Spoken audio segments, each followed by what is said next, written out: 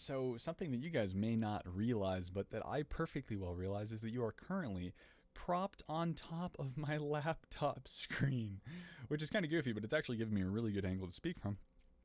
And so, at least for the moment, we're going to go with that. So, as we said, we are going for the talk by Elder Quentin L. Cook of the Quorum of the 12 Apostles. And this talk is called Adjustments to Strengthen the Youth. Okay, so this talk has got a couple different things. Obviously, it's very powerful because it is by one of the members of the 12, but it's also kind of humorous in a way, which is not uncommon being from one of the members of the 12. And I think it's hilarious that they always do that, but these really, I mean, they're funny men, you know, and that's evident in a lot of different ways.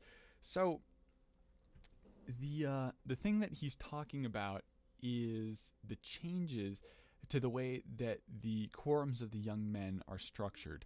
Now, because these are quorums of the priesthood, because they are Aaronic priesthood quorums, we can't actually change the way that they're structured because that is a doctrinal thing. But what we can change is the way that things are structured around them, and I think that's very cool. So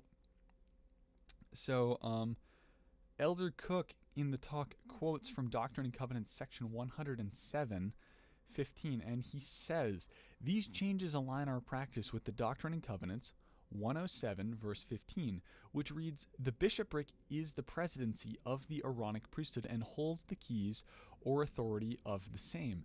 Therefore, the presidency of the Aaronic priesthood, therefore the presidency of the young men as we understand it today, although that's not entirely a doctrinal thing, but that is how we practice it today. The presidency of the young men is the bishopric.' Now, in light of past practices, that doesn't make any sense because there is the young men's presidency. Would that not be the president of the young men? And that was the problem that they were running into. So what's evident here is that the Quorum of the 12, under the direction of President Nelson, and I think this is an incredible thing, and I think it really shows how much we are moving forward toward having the church in its truest form, is that they're going through the Doctrine and Covenants, and they're going through revelations from the Lord, and they're going through all these special things that are written down, some in the scriptures, some in modern day revelation, and they're saying, Lord, there are things that we are doing in our practices that, although not against your word, maybe aren't exactly along with the most basic tenets of the gospel. And so what they discovered in this case was that it doesn't say in the scriptures that there is a young men's presidency, which I thought was rather interesting, because this isn't really something that I had thought about before, maybe for 2 seconds while reading the Doctrine and Covenants way back when, and I should really go and reread it. But this is not something that we usually think about, and this was clearly something that they noticed, and so we have no more young men's presidencies at the ward level, and so that's a really interesting step.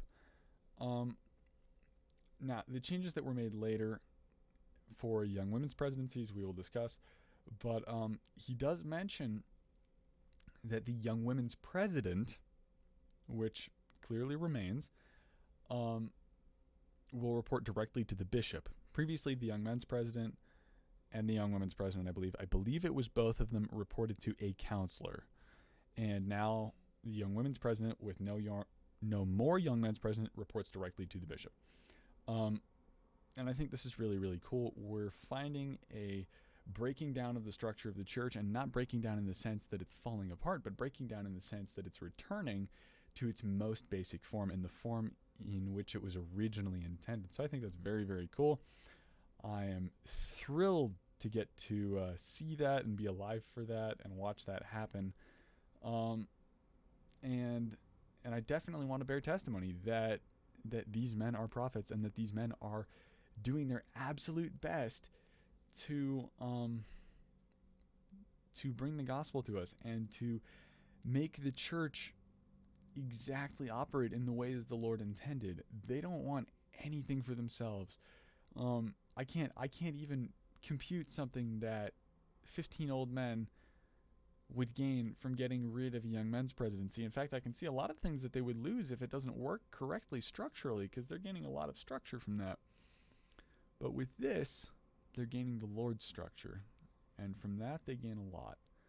They gain the blessings, and they gain the understanding, and they gain the happiness of two things, both that the Lord will be happy with what they've done, and that we, as members of the Church of Jesus Christ of Latter-day Saints, will receive blessings and be able to bless other people more.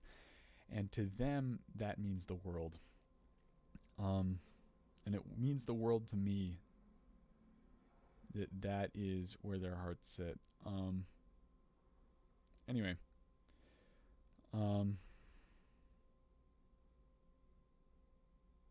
Yeah. So we're gonna continue on. I love you guys, and I'm very, very thankful that you do watch this channel. And go down, smash subscribe, and share me with your friends if you do like this channel. And if you don't like this channel, please don't destroy me in the comments. I love you all anyway. Have a great day, guys. Bye.